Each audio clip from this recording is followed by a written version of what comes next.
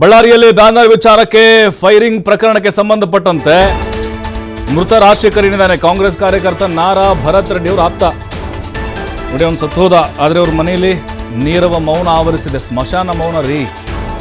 ಕುಟುಂಬಕ್ಕೆ ಆಧಾರ ಆಗಿದ್ದವನು ಅವನು ಕಳ್ಕೊಂಡು ಕುಟುಂಬಸ್ಥರು ಕಣ್ಣೀರು ಹಾಕ್ತಾ ಇದ್ದಾರೆ. ಬಹಳ ಗಟ್ಟಿಮುಟ್ಟಾಗಿದ್ದಾರೆ. ಇನ್ನೂ ಯುವಕ 25 ಹರಿಯದ ಯುವಕ ದುಡಿತಾ ಇದ್ದವನು. ಆಮೇಲೆ ಆ ಕುಟುಂಬವನ್ನು ಎಲ್ಲರೂ ಚೆನ್ನಾಗಿ ನೋಡ್ಕೊಳ್ತಾ ಇದ್ದ. ನೋಡಿ, ಯಾರೋ ಮಾಡಿದ ತಪ್ಪಿಗೆ ಅಮಾಯಕನ ಬಲಿಯಾಗ್ಬಿಡ್ತಲ್ವ ಅಲ್ಲಿ. ಇನ್ನು ಧೈರ್ಯ ತುಂಬಿದ್ದಾರೆ ಕಾರ್ಪೊರೇಟರ್ ವಿಕ್ಕಿ ಅವರು. ಧೈರ್ಯ ತುಂಬ್ತಾರೆ ರೀ, ಸಾಂತ್ವನ ಹೇಳ್ತಾರೆ, ಬಂದು ಧನ ಸಹಾಯವನ್ನು ಕೂಡ ಮಾಡ್ತಾರೆ ಆ ಕುಟುಂಬಕ್ಕೆ. ದುಡ್ಡು ತೊಗೊಂಡೇನು ಮಾಡೋಣ, 1 ಕೋಟಿ 2 ಕೋಟಿ ಕೊಡಲಿ, ಆ ಕುಟುಂಬಕ್ಕೆ ಆಧಾರ ಆಗಲಿ. ಆದರೆ ಆ ತಾಯಿಗೆ ಆ ಮಗನ ನೆನಪಾಗುತ್ತಲ್ವ, ಅದನ್ನ ಕೊಡೋಕ್ಕಾಗುತ್ತಾ ಇವ್ರಿಗೆ? MLA ಅಥವಾ ಇನ್ಯಾರೋ ಅವರ ಮುಖಂಡರಿದ್ದಾರಲ್ವ, ಆ ಪ್ರೀತಿನ ಕೊಡೋಕ್ಕಾಗುತ್ತಾ?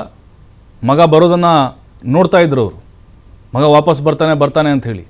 ಹಾಗಾಗಿ ನಾವು ಕಾರ್ಯಕರ್ತರು ಹೇಳೋದು ಒಂದೇ, ಯಾವುದೇ ಪಕ್ಷದ ಕಾರ್ಯಕರ್ತರಾಗಲಿ ನೋಡಿ, ಬಿದಿ ಹಣ ಆಗೋದು ಹಿಂಗೆ. ಯಾರೂ ಬರಲ್ಲ, ಒಂದಿನ ಬರ್ತಾರೆ, ಕಣ್ಣೀರು ಉರಿಸ್ತಾರೆ, ಹಣ ಕೊಡ್ತಾರೆ, ಹೋಗ್ತಾರೆ. ದಿನ ಬರ್ತಾರಾ? ಈಗ ರಾಜಶೇಖರ್ನ ಸ್ಥಾನವನ್ನು ತುಂಬಲಿಕ್ಕೆ ಯಾರು ಬರ್ತಾರೆ ಹೇಳಿ ನೋಡೋಣ. ಹಾಗಾಗಿನೇ ಕಾರ್ಯಕರ್ತರು ಯಾರೇ ಆಗಲಿ, ಅಯ್ಯೋ ನಮ್ಮ ನಾಯಕರಿಗೋಸ್ಕರ ನಾವು ಪ್ರಾಣ ಕೊಡ್ತೀವಿ, ನಾವು ಎದೆ ಒಡ್ಡಿ ನಿಲ್ತೀವಿ, ದೇಶಕ್ಕೋಸ್ಕರ ಪ್ರಾಣ ಕೊಟ್ಟರೆ ಅದು ಬೇರೆ.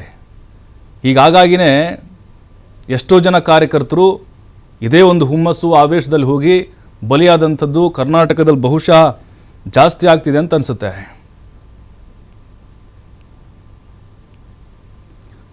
ಇನ್ನು ಈ ಬಗ್ಗೆ ನಮ್ಮ ಪ್ರತಿನಿಧಿ ಸಿದ್ದು ಆ ಕುಟುಂಬಸ್ಥರನ್ನ ಮಾತಾಡಿಸಿದ್ದಾರೆ. ರಾಜಶೇಖರ್ ಫ್ಯಾಮಿಲಿಯವ್ರನ್ನ ಕೇಳೋಣ.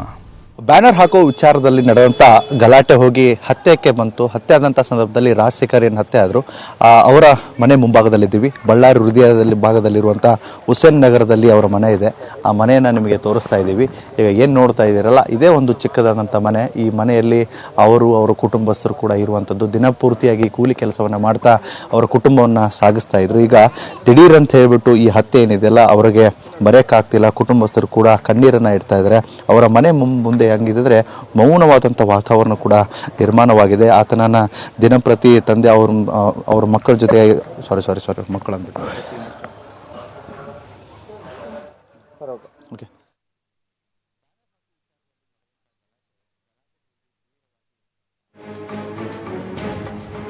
ರಾಜಶೇಖರ್ ಅವರ ಮನೆಯಲ್ಲಿ ಈಗ ಮೌನ ರೀ.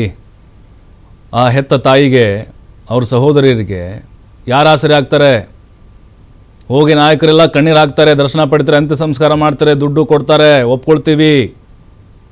ಆದರೆ ಆ ಕುಟುಂಬಕ್ಕೆ ಮೂಲ ಸ್ತಂಭ ಆಧಾರ ಆಗಿತ್ತು ರಾಜಶೇಖರು.